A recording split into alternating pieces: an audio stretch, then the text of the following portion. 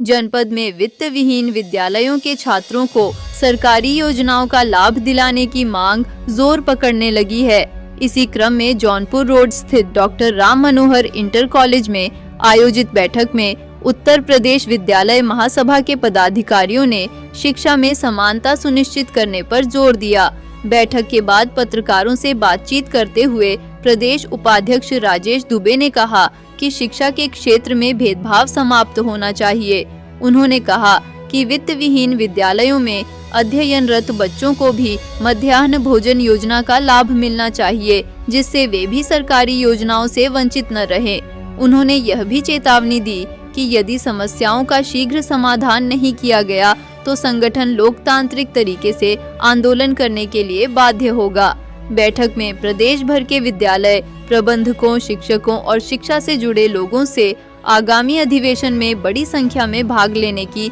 Appeal की गई। साथ ही शिक्षा व्यवस्था से जुड़े प्रमुख मुद्दों को उठाने और उनके समाधान के लिए ठोस रणनीति बनाने पर चर्चा की गई। इस दौरान वक्ताओं ने वित्त विहीन विद्यालयों को मिड डे मील योजना में शामिल करने, शिक्षकों को आर्थिक सहायता उपलब्ध कराने तथा विद्यालय भवनों के रखरखाव एवं क्षतिपूर्ति की व्यवस्था सुनिश्चित करने जैसी महत्वपूर्ण मांगे रखीं। बैठक में जिला अध्यक्ष राहुल दुबे, जिला महामंत्री राजेश पाठक, जिला उपाध्यक्ष ओम प्रकाश पांडेय सहित अन्य पदाधिकारियों ने भी अपने विचार व्यक्त किए। प्रबंधक महासभा के लोग बतौर प्रांतीय उपाध्यक्ष मैं स्वतः राजेश दुबे और यहाँ जिला इकाई के जिला अध्यक्ष राहुल दुबे जी, यहाँ के इस कार्यक्रम के आयोजक श्री ओम प्रकाश पांडेय जी जो कि इस जिले के उपाध्यक्ष हैं, इस महासभा के हमारे महासचिव राजेश पाठक जी जो कि प्रबंधक भी हैं नेताजी राजेंद्र नारायण इंटर कॉलेज से। हम सभी लोग यहाँ एकत्रित हुए हैं दो उद्देश्य से। कुछ हमारी जो जनपद भदोही सहित उसी नेचर की समस्याएं पूरे प्रदेश में हैं, कुछ मांगों को लेकर के हम आपसे वार्ता करेंगे और हमारी जो है जून के मध्य में वाराणसी में प्रांतीय हमारे महासभा का अधिवेशन होना है, उसकी तैयारियों के बारे में भी चर्चा करेंगे। जहाँ तक हमारे मांग का सवाल है तो हम सबसे पहले अपने प्रदेश सरकार से ये कहना चाहते हैं कि हमारे वित्त विहीन विद्यालयों को भी डीएम से आच्छादित करे उत्तर प्रदेश सरकार। ये हमारा मुख्य बिंदु है। दूसरा यह है कि काम हमसे सरकारी विद्यालयों की तरह लेने की अपेक्षा करना और सहयोग के नाम पर सौतेला व्यवहार बंद करे सरकार, ये भी हमारा कहना है। अब आपका प्रश्न हो सकता है कि क्या सौतेला व्यवहार है, तो पहले तो एमडीएम ही है। तो जब एमडीएम की जो व्यवस्था है वह माननीय सर्वोच्च न्यायालय के आदेश से यह लागू हुई और उसमें 6 वर्ष से लेकर के 14 वर्ष के सभी अध्ययनरत बच्चों के लिए यह व्यवस्था प्रतिपादित करने की बात कही गई। 14 वर्ष, हाँ। और माननीय सर्वोच्च न्यायालय ने इसको अपने आदेश में कहा। उसके बाद से देश और प्रदेश की सरकारें इसको लागू करना प्रारंभ की। वर्तमान सरकार से हमारा ये कहना है कि क्या राजकीय विद्यालय में पढ़ने वाला बच्चा 6 से 14 माना जाएगा और सहायता प्राप्त विद्यालयों में पढ़ने वाला बच्चा 6 से 14 माना जाएगा, और वह विद्यालय जो ये पंडित राम खिलावन इंटरमीडिएट कॉलेज की तरह चलने वाले हैं या अन्य इसकी तरह और विद्यालय हैं जो अपने निजी स्रोतों से विद्यालय का संचालन कर रहे हैं, सहयोग के नाम पर सरकार एक अदना नहीं दे रही है, 1 रुपया नहीं दे रही है, तो क्या उसके बच्चे 6 से 14 वर्ष की श्रेणी में नहीं आते? इस भेदभाव को त्याग करके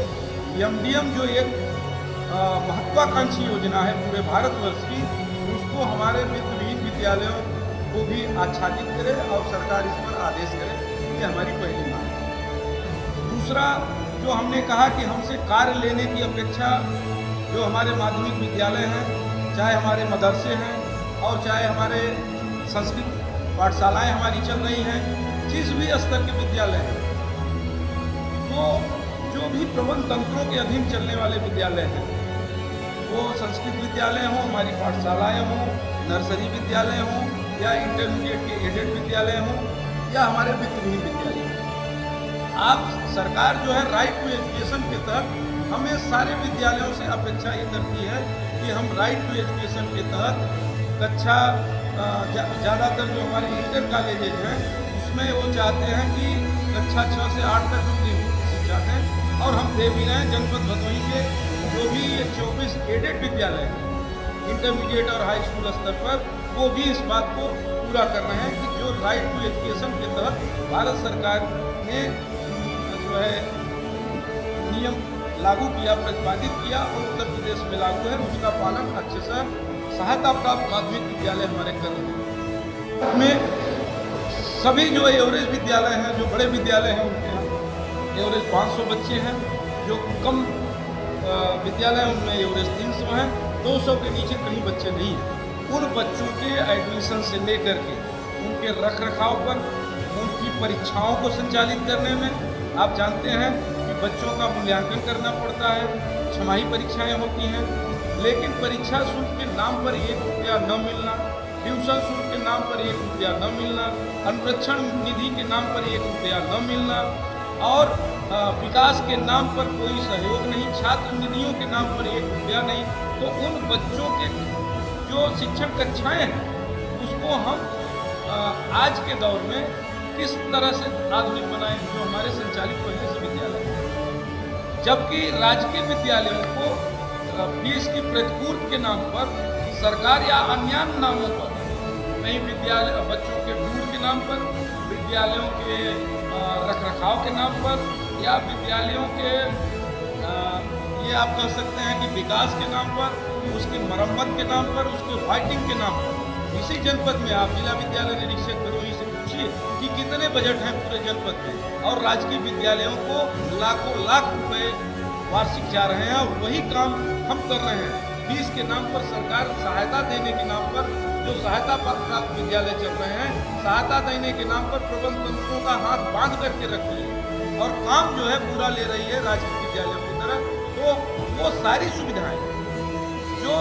पहले से संचालित विद्यालय हैं, राजकीय विद्यालयों को मिल रहे हैं, वो सारी सुविधाएं सहायता प्राप्त माध्यमिक विद्यालयों को भी मिले, ये हमारी मांग है। तीसरी सबसे बड़ी समस्या है जनपद भदोही सहित पूरे प्रदेश में कि जो माध्यमिक शिक्षा परिषद है उसमें जो व्यक्तिगत परीक्षार्थी हैं किन्हीं कारणों से वो हाई स्कूल और इंटरमीडिएट में रेगुलर कक्षाओं में एडमिशन लेकर के वो नहीं पढ़ पाते, तो व्यक्तिगत परीक्षार्थी के रूप में उनको परीक्षाओं में अवसर प्रदान किया जाता है, उनके फॉर्म फॉरवर्ड किए जाते हैं और उनकी जो है उनको भी परीक्षा केंद्रों पर भेजा जाता है, उनकी परीक्षाएं ली जाती हैं। परीक्षा केंद्र के नाम पर हमारे सभी विद्यालय, चाहे वो सहायता प्राप्त विद्यालय हों और चाहे हमारे जो है वो मान्यता प्राप्त विद्यालय हों, वित्तहीन जिनको कहा जाता है, हम सभी लोग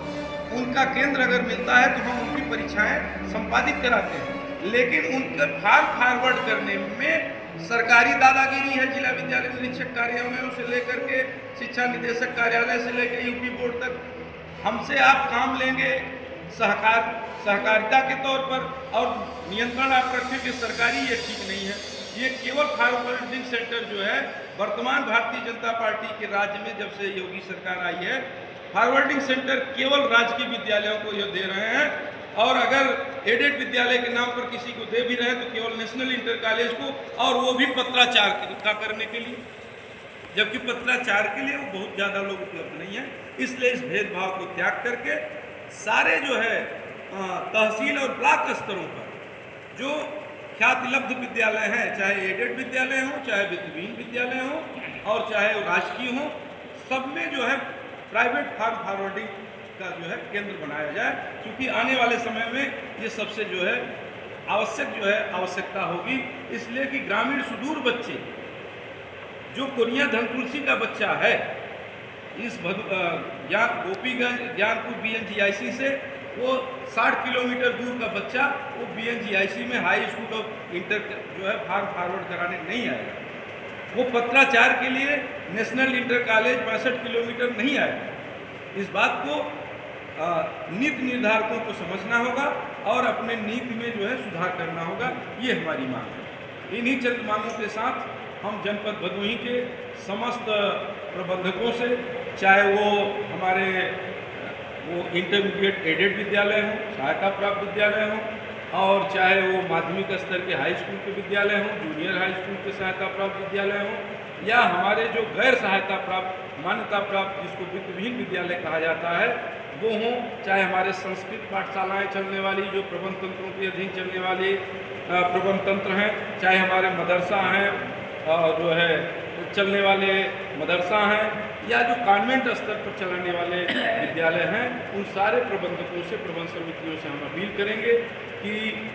संघे शक्ति कलयुगे, इस बात को जानते हुए, पहचानते हुए उत्तर प्रदेश विद्यालय प्रबंधक महासभा